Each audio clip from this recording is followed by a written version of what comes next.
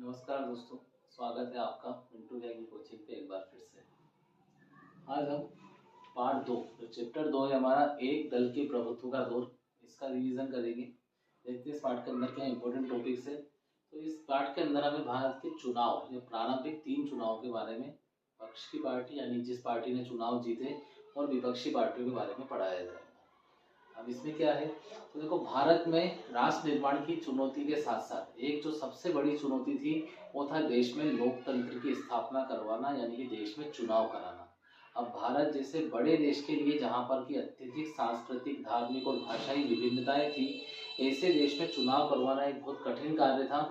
और उस समय के नीति निर्माताओं ने देश में चुनाव कराने के लिए 1950 में चुनाव आयोग की स्थापना की और इसका अध्यक्ष बनाया गया था सुकुमार सेन को। यहाँ से कई बार छोटा प्रश्न, अति लघु ऑप्शनल वाले प्रश्न बन जाते हैं कि चुनाव आयोग की स्थापना कब हुई, 1950 में, और इसका अध्यक्ष बनाया गया था सुकुमार सेन को। तो चुनाव आयोग को जब बनाया गया तो चुनाव आयोग के सामने प्रथम चुनाव के पहले या प्रथम चुनाव के समय कई सारी चुनौतियां थी। प्रमुख चुनौतियां कौन कौन सी थी, आइए उनको डिस्कस करते हैं। तो प्रथम चुनाव के समय चुनौतियां, सबसे पहली चुनौती थी चुनावी क्षेत्रों का सीमांकन करना। आज तो प्रथम चुनाव हुए, काफी समय हो चुका है, हर क्षेत्र हर राज्यों की सीमाओं का सीमांकन हो चुका है, लेकिन जब देश का पहला चुनाव होने वाला था तो उस समय देश में 14 राज्य और 6 केंद्र शासित प्रदेश थे। तो राज्यों का क्षेत्रफल काफी बड़ा था। तो उन्हीं राज्यों में कौन से राज्यों का सीमांकन किस मतदाता क्षेत्र में आएगा, किस लोकसभा क्षेत्र में आएगा, किस विधानसभा क्षेत्र में आएगा, ये कार्य अपने आप में बहुत कठिन कार्य था, क्योंकि ये कार्य करते समय वहाँ की भाषाई और धार्मिक विविधताओं को भी ध्यान में रखना था। तो सबसे पहला जो प्रमुख और चुनौतीपूर्ण कार्य था वो था चुनावी क्षेत्रों का सीमांकन करना, यानी कि लोकसभा और विधानसभा क्षेत्रों की सीमाओं का सीमांकन करना। चुनाव आयोग के सामने जो दूसरी चुनौती थी वो थी मतदाता सूची बनाना या मतदाता सूची तैयार करना। उस समय देश आजाद हुआ था, विभाजन हुआ, रियासतों का एकीकरण, इन सब में कौन व्यक्ति इस देश का है, कौन पाकिस्तान का है, ये निश्चित नहीं था। उसके अलावा कई सारी महिलाएं ऐसी थी जिन्हें उनके पति या उनके पिता के नाम से जाना जाता था, अलाने की पत्नी, अलाने की बेटी। तो इस तरह के नाम मतदाता सूची में शामिल किए गए। जब सर्वे हुआ तब ऐसे नाम शामिल किए गए। तो मतदाता सूची बनाना ये अपने आप में एक, कहते हैं, पहाड़ तोड़ने जैसा काम था, जो इतना आसान होने वाला नहीं था। मतदाता सूचियों का जब पहला प्रारूप प्रकाशित हुआ तो फिर उसमें से अलाने की बीवी, फलाने की पत्नी, इस तरह के नामों को हटा दिया गया। लेकिन मतदाता सूची बनाना ये काम अपने आप में बहुत कठिन था, बहुत मुश्किल था।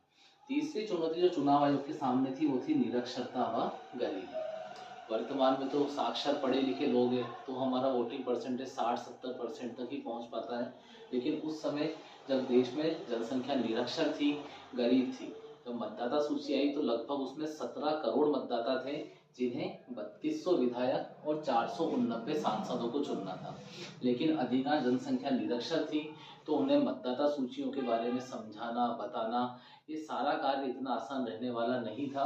और चुनाव आयोग के द्वारा इस कार्य को करने के लिए लगभग 3 लाख कर्मचारियों को प्रशिक्षण दिया गया था, ताकि ये सोचे कि जो जनसंख्या है, जो जनता है, उसे चुनाव की प्रणाली के बारे में, चुनाव के लाभ के बारे में कैसे समझाया जा सके। तीसरी चुनौती थी सार्वभौमिक मताधिकार की स्थापना। हमारे देश के नीति निर्माताओं ने देश के संविधान के तहत हमारे लिए सार्वभौमिक मताधिकार की स्थापना की, यानी कि उस समय 21 वर्ष आयु थी, अभी तो खैर 18 वर्ष है। तो 21 वर्ष की आयु या उससे अधिक के व्यक्ति, सभी व्यक्तियों को बिना किसी भेदभाव के चुनाव में मतदान का अधिकार दिया था। लेकिन ये कार्य कहना जितना आसान है, ये उस समय इतना आसान नहीं था। देश अनेक चुनौतियों का सामना कर रहा था और ऐसे में सार्वभौमिक मताधिकार की स्थापना ये बहुत कठिन कार्य था। कई सारी विदेशी पत्रिकाओं ने, पत्रकारों ने, खासतौर से ऑर्गेनाइजर नामक पत्रिका ने हमारा काफी मजाक बनाया था। लास्ट जो चुनौती है वो है जातिवाद, क्षेत्रवाद और सांप्रदायिकता। देश के सामने आज़ादी के बाद विभाजन, रियासतों का एकीकरण, राज्यों का पुनर्गठन जैसी कई समस्याएं थी, जिनका समाधान तो किया, लेकिन सारी की सारी जनता उतनी आसानी से संतुष्ट नहीं थी। तो चुनाव के पहले चुनाव आयोग को चुनाव भी करवाने थे, निष्पक्ष चुनाव भी कराने थे, साथ ही साथ जो अलग अलग हिस्सों में फैला जातिवाद है, क्षेत्रवाद है, राजाओं के प्रति भक्ति थी, इन सभी समस्याओं का समाधान भी करना था और जनता को वोट डालने के लिए अपने मतदान का उपयोग करने के लिए प्रेरित भी करना था। तो जो लास्ट चुनौती थी चुनाव आयोग के सामने वो थी जातिवाद, क्षेत्रवाद और सांप्रदायिकता। चुनाव आयोग के समक्ष प्रथम चुनाव के समय कई चुनौतियां थी, लेकिन चुनाव आयोग ने उन सभी चुनौतियों का अच्छे से समाधान ढूंढा, अच्छे से अपना कार्य किया और फिर देश में संपन्न हुए प्रथम आम चुनाव। प्रथम आम चुनाव अक्टूबर 1951 से फरवरी 1952 तक हुए थे। मतदान, मतगणना, चुनावी अभियान, इन सभी प्रक्रिया में लगभग 6 महीने का समय लगा। ये चुनाव शुरू 51 में हुए थे, लेकिन मतदान 1952 में आने के कारण इन चुनावों को 1952 का प्रथम आम चुनाव कहा जाता है। कोई आपसे एग्जाम में पूछे प्रथम आम चुनाव कब संपन्न हुए, तो हमारा उत्तर आएगा 1952 में। अब इस पूरे अभियान में लगभग 6 महीने का समय लगा। इस चुनाव की खास चीज ये थी कि आधे से भी ज्यादा मतदाताओं ने अपने मताधिकार का उपयोग किया और जब चुनाव परिणाम आए तो हारने वाले उम्मीदवारों ने इस चुनाव को निष्पक्ष बताया। ये इस चुनाव की सबसे अच्छी बात मानी गई थी। जो भी लोग भारत के सार्वभौमिक मताधिकार का मजाक बना रहे थे, उन सभी का मुंह बंद हो गया और भारत का पहला आम चुनाव पूरे विश्व में लोकतंत्र के लिए मील का पत्थर साबित हुआ था। 1952 में देश के पहले आम चुनाव संपन्न हुए और जब उनका परिणाम आया तो जैसे कि उम्मीद थी, उन चुनाव में कांग्रेस को एक तरफा बहुमत और एक तरफा जीत हासिल हुई और कांग्रेस का यही प्रभुत्व अगले 3 चुनाव में, यानी कि 52 के बाद अगला चुनाव 57 और 57 के बाद 1962, इन 3 चुनाव में भी यही प्रभुत्व कांग्रेस का जारी रहा।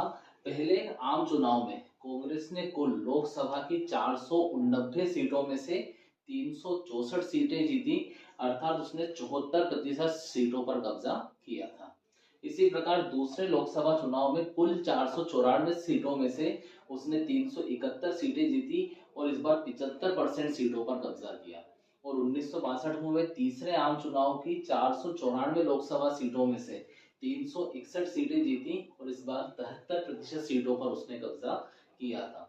कांग्रेस का ये जो प्रभुत्व है, ये राज्यों के जो विधानसभा चुनाव थे उनमें भी जारी था और केवल 2 राज्य, जम्मू कश्मीर और वर्तमान केरल, जिसे उस समय त्रावणकोर कोचीन कहा जाता था, इन 2 राज्यों को छोड़कर देश के हर राज्य में कांग्रेस ने अपनी सरकार बना ली थी। कांग्रेस का प्रभुत्व इतना ज्यादा था कि लगभग हर राज्य में कांग्रेस की सरकार थी और उसने हर राज्य में एक तरफा सीटें जीती थी। तो प्रथम 3 आम चुनाव में कांग्रेस ने एक तरफा सारी सीटें जीती या बहुमत प्राप्त किया। तो आखिर ऐसा क्या कारण था कि भारत के पहले 3 आम चुनाव में कांग्रेस की प्रधानता बनी रही या भारत में एक दल की प्रधानता बनी रही? एग्जाम में प्रश्न आता है कि भारत में एक दल की प्रधानता के कारण बताइए या भारत में कांग्रेस की जीत के कारण बताइए। तो क्या कारण है उसको अपन पॉइंट वाइज देखते हैं। सबसे पहला कारण था राष्ट्रीय आंदोलन की विरासत। देश में उस समय कांग्रेस से ज्यादा पुरानी और कांग्रेस से ज्यादा लोकप्रिय और कोई दूसरी पार्टी नहीं थी। कांग्रेस की स्थापना की गई थी 28 दिसंबर 1885 को। तो कांग्रेस जो है स्वतंत्रता के बाद एक ऐसी पार्टी थी जिसने राष्ट्रीय आंदोलन के हर कार्य में बढ़ चढ़कर हिस्सा लिया था और इस कारण देश के अधिकांश लोगों को ऐसा लगता था कि आज़ादी दिलवाने में सबसे बड़ा श्रेय अगर किसी का है तो वो है कांग्रेस पार्टी का। तो कांग्रेस की प्रधानता का पहला कारण था राष्ट्रीय आंदोलन की विरासत। दूसरा कारण है चमत्कारिक नेतृत्व। आज़ादी के बाद जो देश के प्रमुख लोकप्रिय नेता थे, जवाहरलाल नेहरू, मौलाना अबुल कलाम आजाद, राजकुमारी अमृत कौर, राम मनोहर लोहिया, ये सारे के सारे व्यक्ति कांग्रेस के उम्मीदवार के रूप में चुनाव लड़ रहे थे। इनकी वाक्पटुता, भाषण देने का कौशल, ये सब इतना आकर्षक था कि जनता ने इनमें अपना विश्वास जताया। जवाहरलाल नेहरू ने लगभग पूरे देश में रैलियां की और जनता को देश की विकास योजनाओं के बारे में समझाया। तो दूसरा जो कारण रहा कांग्रेस की जीत का वो था चमत्कारिक नेतृत्व। तीसरा कारण था सभी वर्गों का समर्थन। आजादी के बाद के चुनाव में कांग्रेस ही एक ऐसी पार्टी थी जिसमें जनता को विश्वास था, जिसमें जनता को देश का भविष्य नजर आता था। हर जाति, धर्म, भाषा के लोग कांग्रेस को अपनी पार्टी मानते थे और इससे सभी वर्गों का समर्थन प्राप्त था। चौथा कारण जो रहा कांग्रेस की जीत का वो था गुटों में तालमेल। कांग्रेस उस समय मध्य मार्गीय एडजस्ट करने वाली पार्टी थी। विभिन्न प्रकार की जो विचारधारा या अलग अलग जो असमान विचारधाराएं थी, उन सभी विचारधाराओं में तालमेल बैठाने का कार्य कांग्रेस बड़ी आसानी से कर लिया करती थी। और इसी मध्य मार्गी स्वरूप के कारण कांग्रेस अपनी अन्य प्रतिस्पर्धी पार्टियों से कई गुना ज्यादा आगे निकल चुकी थी। तो एक दल की प्रधानता या कांग्रेस की प्रधानता या जीत के कारण है चार। पहला, राष्ट्रीय आंदोलन की विरासत। दूसरा, चमत्कारिक नेतृत्व। तीसरा, सभी वर्गों का समर्थन। और चौथा है गुटों में तालमेल। साथ ही आपको ये भी ध्यान रखना कि कांग्रेस की स्थापना ये हुई थी 28 दिसंबर 1885 को मुंबई की एक यूनिवर्सिटी में AOU नाम के एक अंग्रेज अधिकारी के द्वारा इसकी स्थापना की गई थी। तो इसकी स्थापना हुई है 28 दिसंबर 1885 को।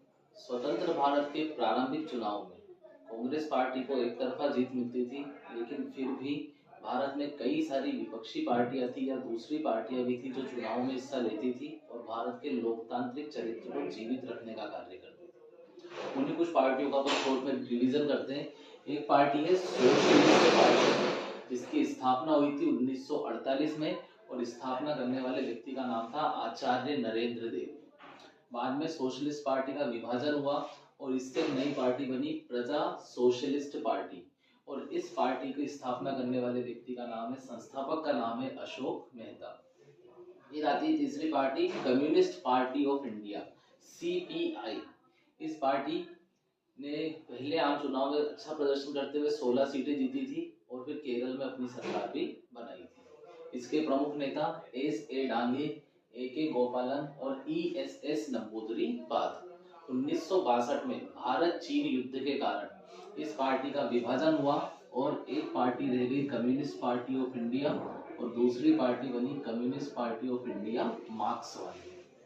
और सबसे इम्पोर्टेंट पार्टी जिसमें प्रश्न बन सकता है वो है भारतीय जनसंघ। भारतीय जनसंघ की स्थापना 1951 में श्यामा प्रसाद मुखर्जी के द्वारा की गई और इस पार्टी की जो जड़ें हैं ये राष्ट्रीय स्वयंसेवक संघ RSS के सहयोग से ही हुई थी।